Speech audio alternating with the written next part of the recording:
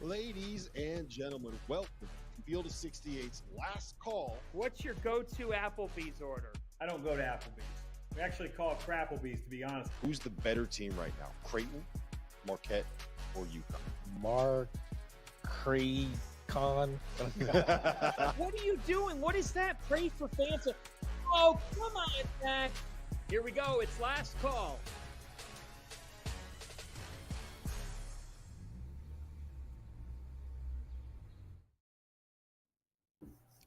Welcome to the Tuesday evening edition of Last Call here on Stadium. My name is Rob Doster. I have with me Coach Chris Mack. I have with me John Henson, and we are the Field of 68. And for the next 30 minutes, we are going to be live here on Stadium's YouTube channel answering your questions. So make sure you jump in the chat, fire away, and let us know what you want us to talk about. We got a couple things in here populating a little bit, and while I let them fill up, I want to start you guys off with a question of my own. And Mac, we're going to go to you first on this one.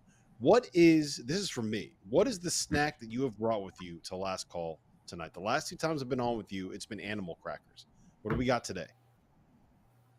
I don't have anything in front of me, but in between breaks or during the break, I ran to the pantry and got some more animal crackers. How many Tupper listeners do you have? I got that big jar that a buddy of mine left me, and I don't usually eat them like ever. The only time I eat them is like during Field of 68. I don't know what. We should be sponsored by Animal Crackers. Yeah, we really should at this point, man. You're giving away the game for free. Come on, Mac. All right, we're gonna Hanson. I'll go to you this one. Go to you on this one. It's from Taylor Made, and the question is simple: what is wrong with Virginia? You know, it's the wrong question to ask me because that's literally I have nightmares of two teams when I played, Wisconsin and Virginia, because they slowed the game down. It was boring. It was nasty. It was in the 50s. And that's fine when you have talent on Virginia's end, not circling back to them. But when you don't have necessarily the talent and you have Reese Beekman, who's really a second or third guy, your number one guy, and he's trying to force action and get everybody going, and they're running the floppies, and they don't have guys that can either come off that screen and rise, and if the big's not rolling, pretty much if you can guard that floppy action from them, help side, kind of defend that guy coming off the screen, but also get back to your guy, you're going to beat Virginia. I mean, they don't really have any dynamic guys that can change a game. So that's their only issue. And when you don't have dynamic guys that can change a game, low possession games, and where you can't really score at a high clip or you're not picking up the pace, you're going to lose. The games is, a basketball is a game of ebbs and flows. I mean, I think it's the only sport where you could be down 15, and if it's early enough, you still have a chance, right? So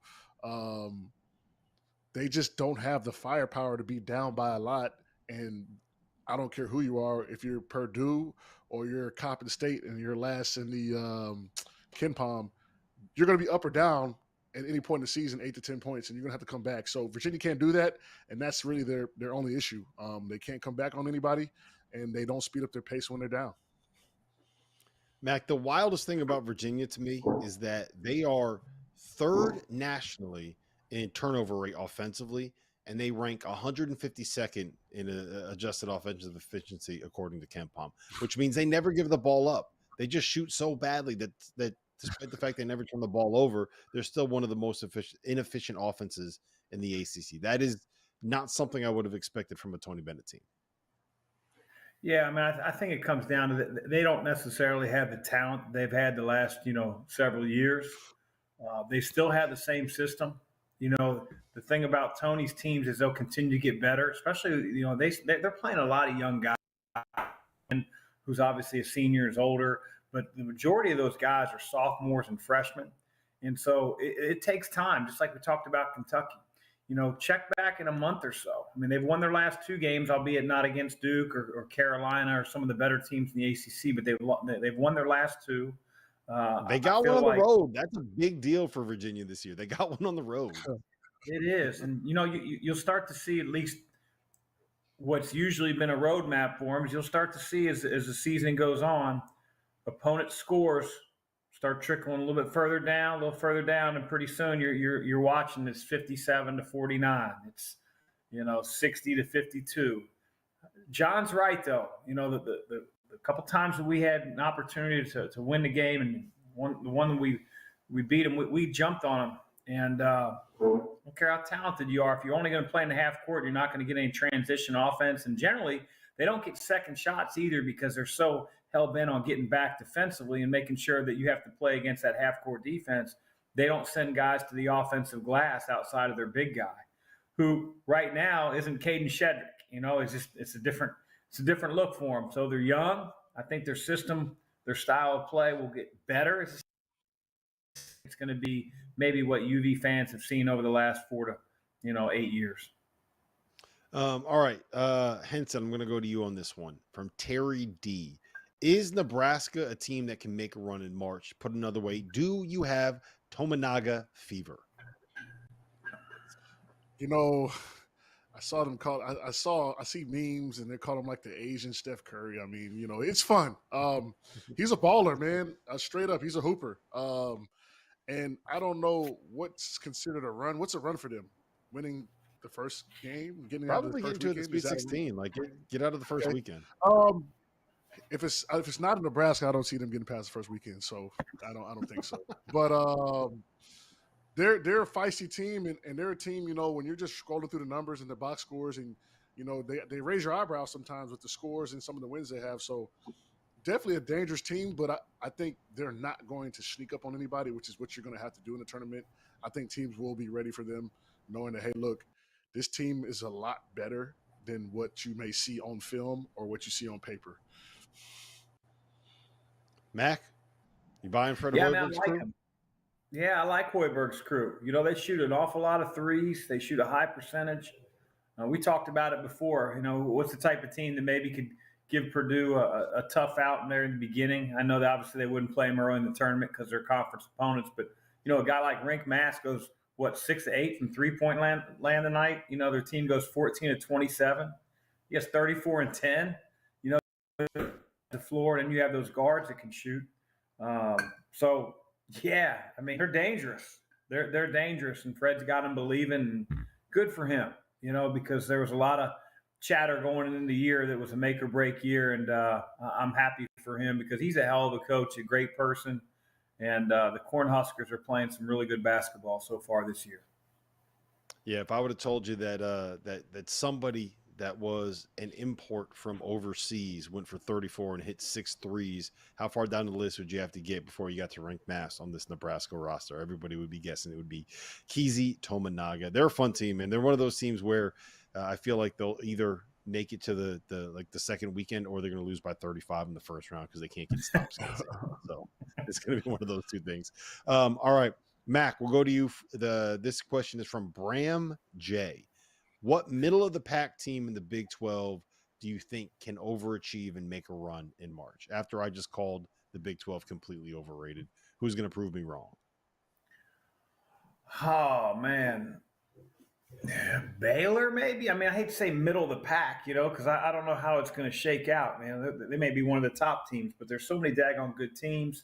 I mean, Kansas might be in the middle of the pack. They keep playing the way they have on the road. They snuck one out last night, but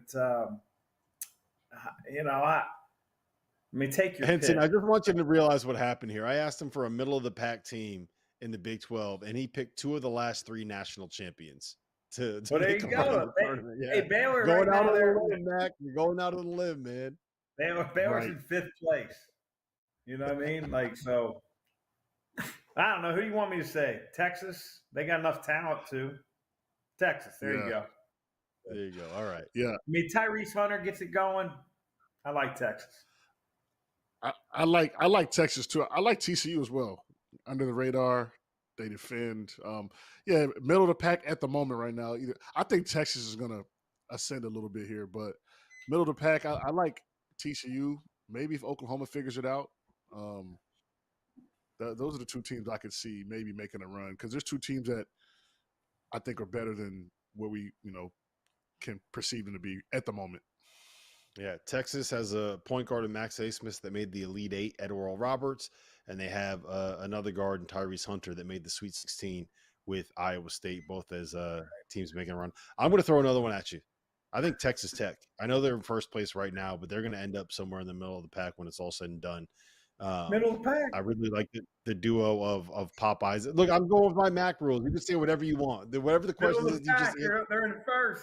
They're in first place. just answer however you want. I'm going with my Chris Mack rules here, but Pop Isaacs and Joe Toussaint, I think they have a dangerous backcourt with two kind of lead guards. Grant McCaslin, he's won with North Texas. He won an NIT. He upset Purdue in the first round. He knows how to win in March. Listen, on the other side of the break, we have more questions that we are going to have to get to, including whether or not R.J. Davis or Armando Bacot, can they get their number retired? We're going to ask Pence.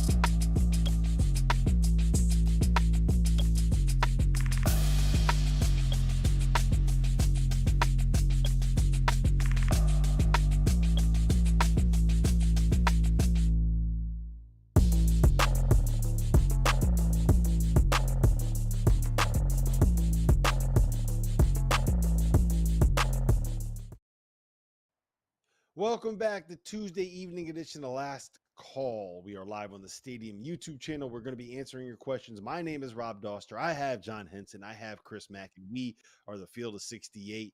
And the first question that we have, it comes from Andy.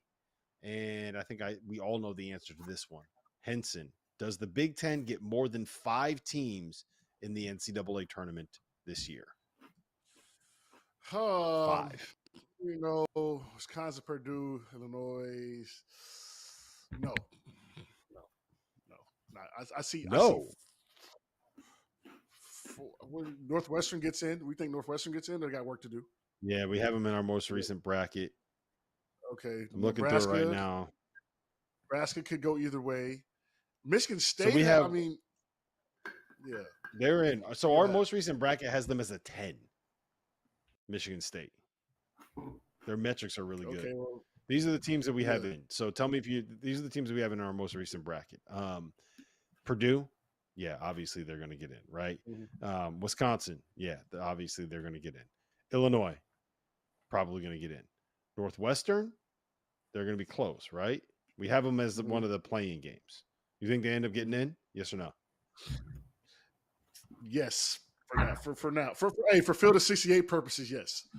Yeah, there you go. All right. Nebraska, we have them as an 11 seed. I think that they probably find a way, right? I like Nebraska over Northwestern.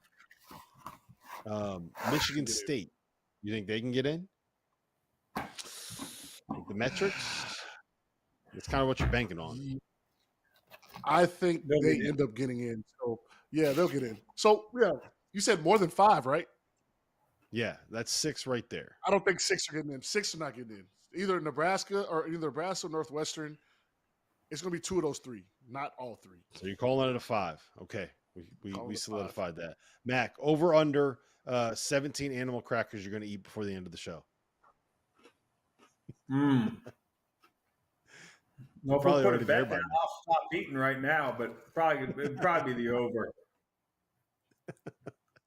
All right, Henson, we teased this a little bit earlier, but this comes from David B., and they're asking about who gets their jersey retired first, R.J. Davis or Armando Bacot? You got to make a All-American. I think you have to make an AP All-American team first or second.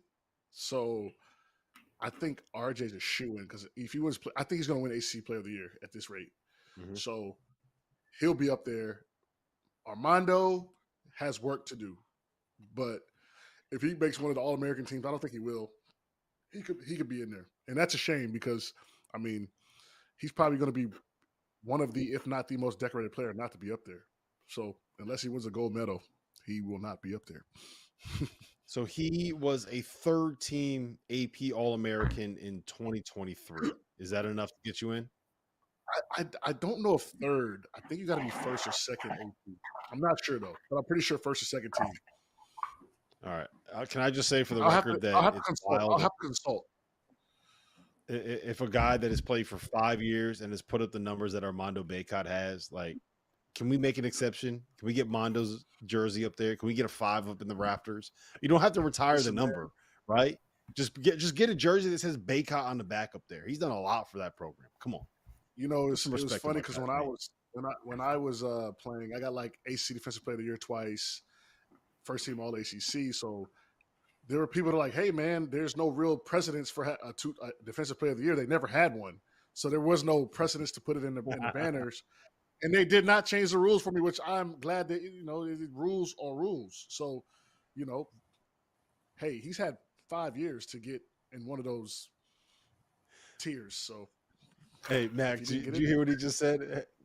Henson just said, look, if I can't get it, Armando shouldn't get it either. Nah, I mean, it's just rules are rules. And this is not me bringing it up. Like, for instance, there's just like every decade, there's like photos and stats of what people did, just down the third. And I'm always up there, and they're like, well, shit, we gotta leave some type of defense up there. I mean, we've never really had no defensive awards here. So I'll take that. There you go. Mac, this is from Jacob P. Why is nobody talking about Florida State right now? They are 6-2 in the ACC, second place right now in that league.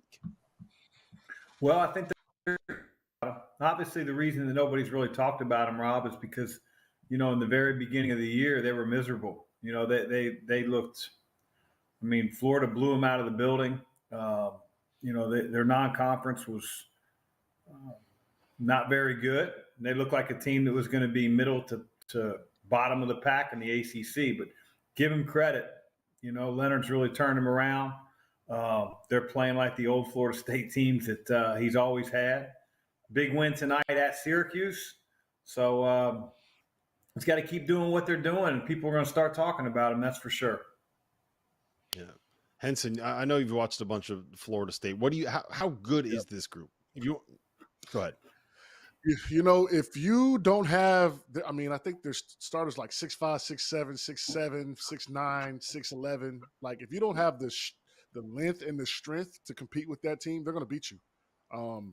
Earlier in the year, UNC's first game, UNC had to go on like a 26-4 run to win that game. You know what I mean? So they're a team that is supposed to be reckoned with. And they had, like, tonight against Syracuse, RC had the call. He was right. They just wore him down with their size, pressing them the whole game. So if you don't have that length and that athleticism, you're going to struggle with this Florida State team because they're bigger than a lot of teams are going to play. I'm going to be interested to see this one. They play at UNC, the 27th? Well, shooting. Yeah, next game. That's going to let me know where they're at. They're so unique. They're one of the only teams in my entire coaching career that, like, you can't really run your offense. They switch every screen. Now, you can ISO guys, and you can try to take their big guys off the dribble, get in the lane. Mac, and I'm always spread. curious about this. What would you call their defense? Define it. A pressuring, switching man-to-man. That's all it is. And they are so good at protecting the rim because they have these mismatches where quicker guards are going to be on their big guys, and you drive it to the basket, and they're going to flood there and staple it on the glass. And, again, teams that beat them a lot of times will spray out and hit some open threes, but their big guys do a really good job of keeping the ball so that other guys don't have to help. But they switch everything. They switch 1 through 5, and they don't do it in a way that they get confused because it's almost like they do it, manish zone. I mean, they're certainly in man to man, but they don't get caught up with their man. They want to know where the ball is, because if it gets driven from the baseline or the wing, the help's there, and they're big at the rim, just like John talked about. Yep, they're switchable, they're versatile, and it feels like they have some pro talent this year. Jameer Watkins is a guy that's gotten some NBA buzz, and obviously Baba Miller there is playing this season after being ineligible for quite a bit of last season. Listen, we got to get to another break. On the other side of this break, we're going to talk a little SEC hoops, and that's when questions get weird at the end. You got to buckle up for these ones. You can't miss it.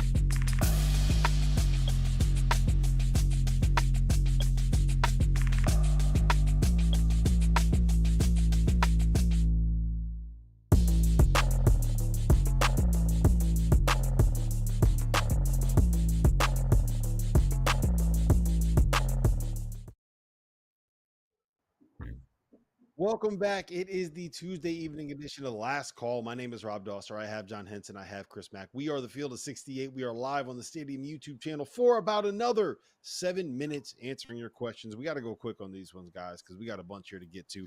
Let's start with you, Mac. What's your prediction for Alabama, Auburn tomorrow night? Who wins it? I think Auburn wins it. I think Bruce Pearl's got a squad.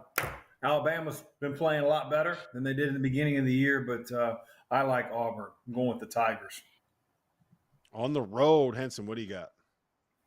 I'm going Alabama on the road. Auburn's due for Auburn's ripe for a nice true road loss. Yeah, I'm going to say that the winner of this game is going to be anybody that follows me and bets the over, because in a game like this where the total is definitely going to be over like 170, there's no way I'm betting the under. Life is too short to bet the under, guys. In that same vein, who would you say is the best team in the SEC right now today? We just saw Kentucky lose. We know Auburn is still undefeated in that conference. Tennessee, great metrics. Alabama, great metrics. Henson, you got to bet your life on it. You got to bet your mortgage on it. Who's winning the SEC? I'm going to go Tennessee. Battle-tested team that in the non-conference play had some good wins, some tough losses. I think right now I would go – if I had to bet, I would go Tennessee. Yeah. Mac? I'd do the same thing. I would go with Tennessee. I think Kentucky's the most talented. Tennessee's best team right now. Auburn's a close second. I'm sticking with Auburn, man. I'm sticking with Auburn. They're 16-2. They're undefeated. The only team undefeated in that league. And if you're right, Mac, and they go on the road and they beat Alabama, they will have a nice cushion on. I want to go on my notes. I think Rob. I don't think Auburn has a quad one win, man. I think I put that in my notes from last week. No, they don't. Their best win is Texas A&M at home. But they'll when they're going to get a quad one win, Henson? Tomorrow night on the road. Oh yeah, Auburn and Gonzaga. Auburn and Gonzaga have zero quad. 96 teams have one. Auburn doesn't. So Tennessee for sure. Well, hey, talk to me tomorrow. We're gonna answer tomorrow. All right, here's one for you. Who would you rather? This is from Jacob. I don't even want to know which Jacob this is from. Who would you rather live with for a week, me or John Fanta? John's in Cleveland, right? No, he lives in North Jersey. North Jersey. Rob, where are you at? I'm a location guy. I live in South Jersey. I live right outside Philly. Oh, give me North Jersey. I can get to the city. That's the only reason I'm going to live with Fan. I can get to New York City. So if I need to He get kind out of the lives out house, in the woods, man. He kind of lives out in the yeah. woods. Hey, listen, I'm a country. I like fishing, hunting. I'm a country guy. Give me a little pickup truck. I'll be all right. Yeah, there you go. Mac, you're gonna pick Fanta I'm over all, me? I'm gonna go with you, Rob. Only because I'm not Here we listening go. to Fanta's bullshit about the Cleveland Browns. I'm not listening to, how they're if they'd had Deshaun Watson. I'm not listening to it. And you like to fish. I don't know if Fanta likes to fish. He never talks about fishing. So Can you see Fanta fishing? I'd love to no, see Fanta try to figure out how to go he's fishing. like the great. Yeah, Play-by-play fishing. Henson, it's probably a good idea that you wouldn't come here because my son is diehard Eagles everything, and he knows that the Bucks just beat the Eagles. So if you walked in this door right now, he probably would try to fight you as soon as you walked in. So Okay. yeah, All right. yeah. All right, so this is from Brady I. What's your favorite brand of toothpaste? Mac. Crest. Is that just the first one you thought of? I mean, that's all. I won't. If I get stuck with Colgate, if I'm a I'm at Sensodyne some guy. random hotel and that's all they got in the gift shop, and I forgot my toothpaste or whatever, disgusting. I go with Crest with the scope, the scope infused Crest. That's generally what I go with go. as well. All right, let's get the toast of the night. Henson, we're gonna go to you first. Who you got? Toasts. I'm going to Florida State Seminoles 6-2 in the ACC, number 2, outright number 2 at the moment. Who would have thought? 2 weeks into play. Cheers. Toast. Cheers. Florida State. Go Noles. Mac, what do you got? Toast of the night. South Carolina Gamecocks. Michi Johnson, Lamont Paris. They had a little bit of an inflated record coming out of non-conference. Nobody was a believer. They whooped the Kentucky Wildcats at home. Big time win for the Gamecocks. Hey, so I was going to go shout with out Taylon Cooper. I was going to go with Taylon Cooper for my toast of the night, but since you took South Carolina, I am going with Texas. I'm going with the Longhorns. Hook 'em, baby. Max Naismith, 22 points, back-to-back wins. Rodney Terry has gotten that thing. Rob, I want to change my toast. I'm going to change my toast. I'm going to change my toast to Doc Rivers falling into the Milwaukee Bucks job. Just accept the job over. So, shout out to him, getting to coach the best player in the league. Yeah, there you go. Not bad. You get Dame Lillard and Giannis. I can win a lot of games with those two guys. This has been the Field of 68. Last call.